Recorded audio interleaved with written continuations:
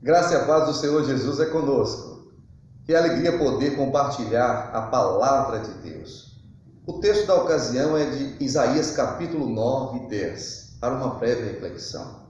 Primeiramente, o livro de Isaías ele pode ser visto como um tribunal, no qual, desde o início do seu escrito, denúncias quanto a iniquidades e transgressões, seja por parte de Israel, principalmente Judá, ali em destaque, seja por parte de outras nações, essas denúncias são apresentadas. E aí, quem é o juiz? É o nosso Deus. Ele é o justo juiz, claro, obviamente. Todavia, a bondade divina, como que em letras garrafais, sim, é isso mesmo, ela se apresenta nos caracteres da graça e misericórdia do Senhor, desde as primeiras linhas até o ponto final do escrito sagrado.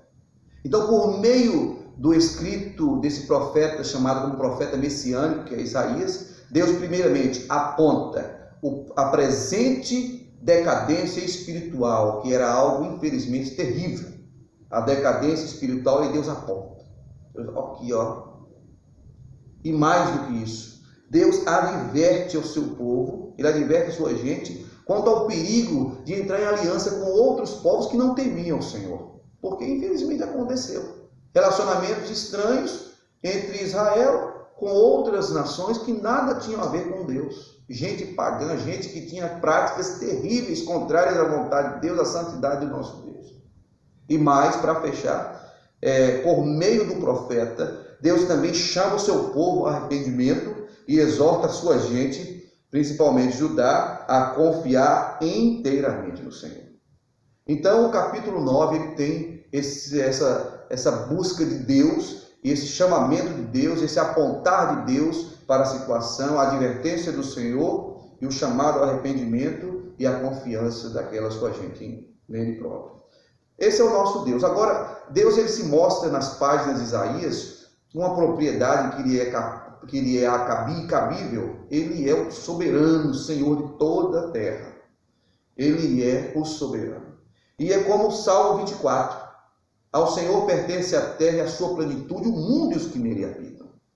Então, nessa condição mesmo é que ele é apresentado na Escritura, o profeta Isaías. Agora, irmãos queridos, gente amada que me ouve agora, que está por dentro desse vídeo, dessa reflexão bíblica baseada em Isaías 9 e 10. O que nós podemos ter de lições aí? O texto mostra o Senhor atuando em meio ao caos. Então a primeira lição é: Deus, o nosso Deus, o único e verdadeiro Deus, Deus triuno, ele atua em meio ao caos. Havia um vazio de Deus, um abandono do povo em relação ao Senhor pela altivez, orgulho, autossuficiência das pessoas, embora em meio a bem arranjados cultos, muita falsidade, muita hipocrisia.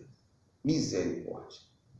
Mas Deus não deixou de agir, de fazer maravilha, de julgar, mesmo que com a vara da disciplina, Deus estava agindo. O texto mostra um Israel transgressor, uma Assíria opressora, mas acima de tudo diz do Senhor, o Senhor dos exércitos. Ele cria, transforma, ele restaura, ele reforma, ele faz de novo. Esse é o nosso Deus. E como juiz, ele estabelece um tribunal dos tribunais, é o tribunal do Senhor. Ele é o tribunal dos tribunais, esse tribunal estabelecido pelo Senhor, no qual ele apresenta a lei que aponta a nossa transgressão, a nossa condição de miseráveis por conta do pecado. O Senhor continua agindo em meio ao caos, ainda hoje. Gente desacreditando, maldizendo, praticando justiça, não impedem o agir de Deus. Deus ele é livre e ele age. E as suas obras são maravilhosas. E agindo ele, quem impedirá? Quem o impedirá? Agora, Deus faz mais do que essa questão de agir em meio ao caos. Nada passa despercebido aos olhos do Senhor. Essa é a segunda lição. Negativamente, os capítulos 9 e 10 nos dão conta de tantos abusos. Sim, tantos abusos, tantas formas de pecado. A lista é grande, irmãos. Fala de brigas, decretos de leis injustas, leis de opressão para negação de justiça aos pobres, despojamento das viúvas, roubo aos órfãos até. Positivamente, graças a Deus que tem essa questão positiva, porque a palavra ela é completa. Aleluia! Tem declaração de genuína conversão, que os salvos se estribariam no Senhor, confiariam no Senhor, se apegariam ao Senhor e jamais se acomodariam a um passado opressor. Os justificados, o remanescente assim chamado, sendo exemplo de justiça como agentes do reino a que pertencem, é o que se sabe.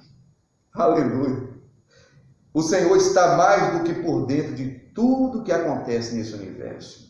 Mas, irmãos, nós podemos correr o risco de pensar que há algo em nossas vidas que não seja do interesse de Deus, ou mais, que as nossas próprias vidas não interessam a Deus.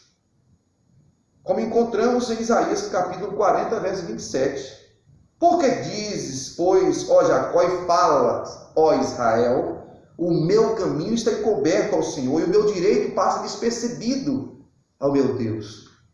Não sabes, não ouviste, que o eterno Deus, o Senhor, Criador dos fins da terra, nem se cansa, nem se fatiga, não se pode esquadrinhar o seu entendimento. Nós estamos diante de um Deus que nada passa despercebido aos seus olhos. E por fim, para fechar, ao Senhor pertence. Tanto haja da criação, que a tudo dá sentido, que faz tudo vir à existência, aquele lá de Gênesis, haja luz e houve luz. Ao Senhor pertence tanto haja da criação como basta. Basta quanto ao que é ruim, quanto ao que não presta, quanto ao que, epa, eu quero que isso aqui acabe. Deus é o dono, e se Ele quiser, tudo cessa. Deus é tão bom que, por graça e misericórdia, amados, intervém para que o fim que merecemos, pelos nossos pecados, seja completamente mudado. O que acontece única e exclusivamente pelos méritos de Cristo Jesus a nós aplicados. É o que vemos em Isaías 9, a partir do verso 1. Diz assim: mas para a terra que estava aflita não continuará a obscuridade. Ou seja, basta. O basta de Deus. Aleluia! Basta glorioso. Como nós desejamos o basta de Deus para tantas coisas, mas tudo a seu tempo. O negócio é confiar, o negócio é ser fiel ao Senhor. Porque Isaías deixa claro, esse é o Deus que tem o basta. Ele tem o haja e cria tudo. Ele tem o basta. Ei, porque para aqui. E Deus decidiu parar com a força do pecado que nos fazia escravos. Deus conseguiu parar. E Ele decidiu, e Ele investiu, e Jesus veio este mundo. E aí a profecia de Isaías se cumpriu. Porque em Mateus capítulo 4, verso 12 a 17, está escrito assim: ouvindo, porém, que João fora preso, sim, ouvindo Jesus que João fora preso, retirou-se para a Galiléia e, deixando Nazaré, foi morar em Cafarnaum, situada à beira-mar, dos confins de Zebulon e de Naphtali, para que se cumprisse o que fora dito por intermédio do profeta Isaías. Terra de Zebulon, terra de Naphtali, caminho do mar, além do Jordão, Galiléia dos gentios. O povo que jazia em trevas viu grande luz, e aos que viviam na região da sombra da morte, resplandeceu-lhes a luz. Daí por diante, passou Jesus a pregar e a dizer: arrependei-vos, porque está próximo o reino dos céus. Eis aí, quem crê em Jesus Cristo tem a vida eterna, e acontece mesmo o que já aconteceu com quem já creu. Ele nos libertou do império das trevas, o nosso Deus, e nos transportou para o reino do Filho do seu amor, no qual temos a redenção, a remissão dos pecados. Colossenses capítulo 1, verso 13. Deus tem o basta. Você precisa de um basta de Deus? Todos nós precisamos em algumas áreas da vida. Mas a principal é em relação à tirada, ao basta. Chega de ficar no império das trevas. Eu quero você no meu reino. Eu quero você no reino do Filho do meu amor. E isso já aconteceu na sua vida. E se não, que aconteça, porque é a joia da coroa. Deus te abençoe.